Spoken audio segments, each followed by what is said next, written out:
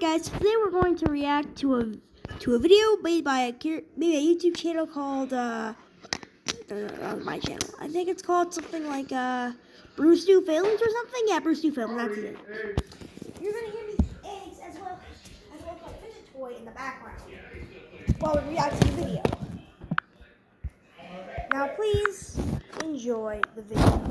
All right. Now, for those of you that don't know, I'm doing a little sub-series on 90s TV shows. And the last time I touched on a Nickelodeon classic, Double Dare. Well, this time around, I want to talk about another Nickelodeon game show, and that would be the one called Figure It Out. Now, I was a big fan of Figure It Out when I was a kid, partly because it was a pretty simple concept. You had a child contestant that had some sort of secret hidden talent, and then you had a panel of Nickelodeon pseudo-celebrities that had to guess what it was. You know, they had to figure it out. Oh, I see what they did. Okay. Now, this panel had 3 rounds to ask yes or no questions to the kid, and each round that they didn't figure it out, the kid won a prize. The first round would be like a pair of rollerblades, second round was either a mountain bike or a Nintendo 64, and the third round was always a vacation of some sort. Pretty standard format. Except I gotta say that the vacations that they picked on Figure It Out fucking sucked ass. It was always like some arbitrary place like Corpus Christi, Texas, or fucking Mount Pelier, Vermont. Ah, fuck yeah, Vermont! I love maple syrup and crusty-ass old people. Hell yeah! Now, at the beginning of the show, they would disclose to those watching at home what this kid's little hidden talent was. And I have to say, it was a pretty wide spectrum when it came to these so-called talents on Figure It Out. I mean, sure, sometimes you'd have like a really smart kid that would be like, I invented bifocals in the 2nd grade. And you'd be sitting there at home like, God damn, bifocals? I thought that was Ben Franklin's ass. That's pretty damn impressive. But then most of the time, they'd be scraping the bottom of the barrel for talent, and they just throw some dirty little kid up there like, sometimes I have my dog drink milk from the inside of my mouth. Ah, what the fuck? How the hell is that a talent? What is this, fucking Fear Factor? That kid's gonna get gingivitis, for Christ's sake. And yeah, before you ask, I'm not exaggerating. That was indeed a real talent on a real episode of Figure It Out. I saw this shit when I was 9 years old, for Christ's sake. A little girl letting a dog lick milk out of her fucking mouth. And that memory's been with me ever since. Why?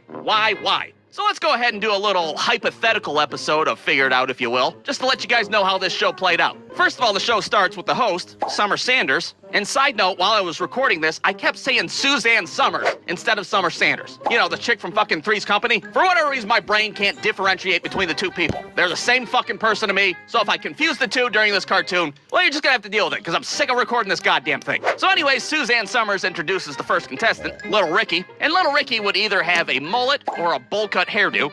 It wasn't required to be on the show, but, well, it sure seemed like it was recommended. And let's just say that Little Ricky's talent is that he's the, fucking hula hoop champion of Wisconsin. That sounds about right. That's smack dab in the spectrum there. I don't know what the fuck a hula hoop champion is, but it might be impressive. So first things first, they break down his talent into a few words, and they plaster him on this giant head that they call Billy or Buddy or fucking Bucky the Answer Head, whatever the hell it was. But they hide all the main words from the panel, of course.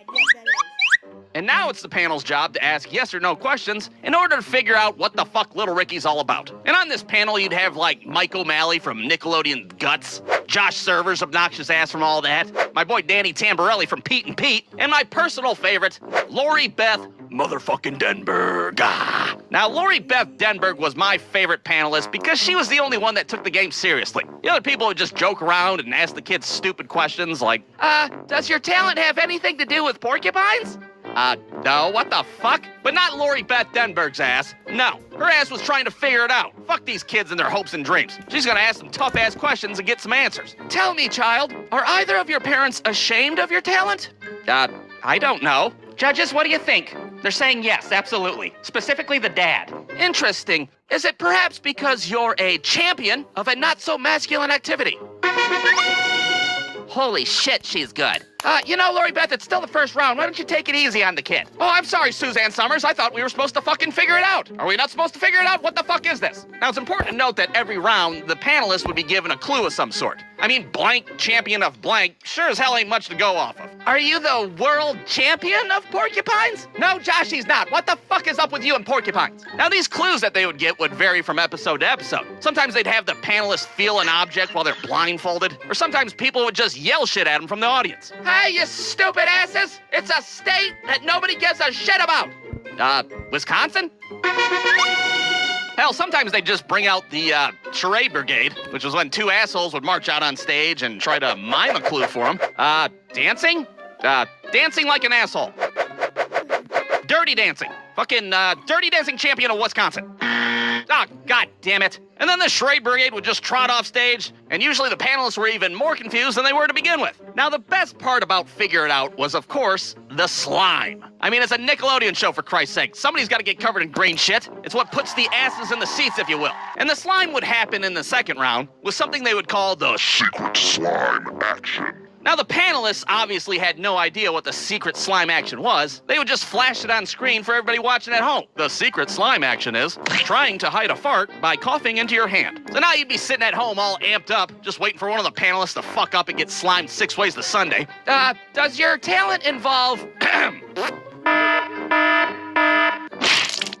looks like you did the secret slime action, Danny Tamborelli. How dare you try to fart in front of a live studio audience, you fucking piece of shit. And I swear, it seemed like it was always Danny Tamborelli's ass getting slimed. Like they would target his ass specifically with the secret slime action. The secret slime action is being a red-headed freckled fuck.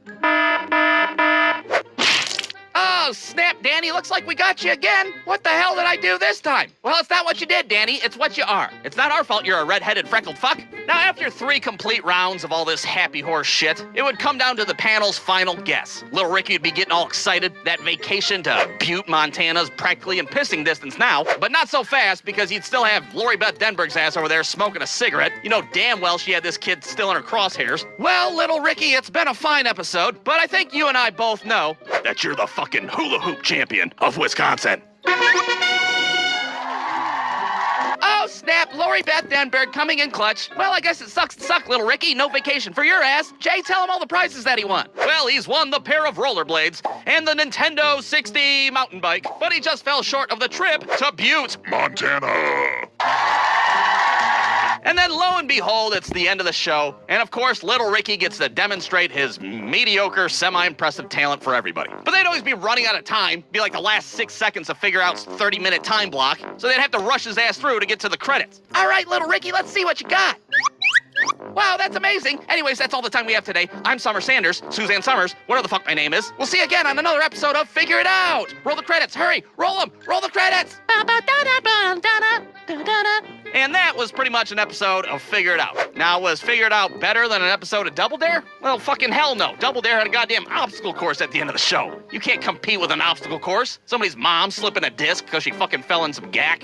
No way. Regardless, Figure It Out was one of my favorite shows. And I think for my next episode of this little sub-series, I'm either gonna do Supermarket Sweep or maybe another Nickelodeon classic, Legends of the Hidden Temple. Leave your votes down in the comments, or don't, because I'm not your dad and I can't tell you what to do. And let's be honest, I'm not gonna tally them up anyway, so what's the fucking point? The end. Be sure to like. Brewstew.com.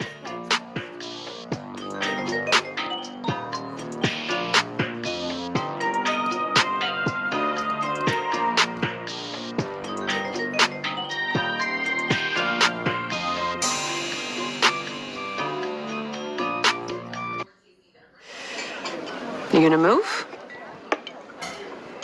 I haven't decided.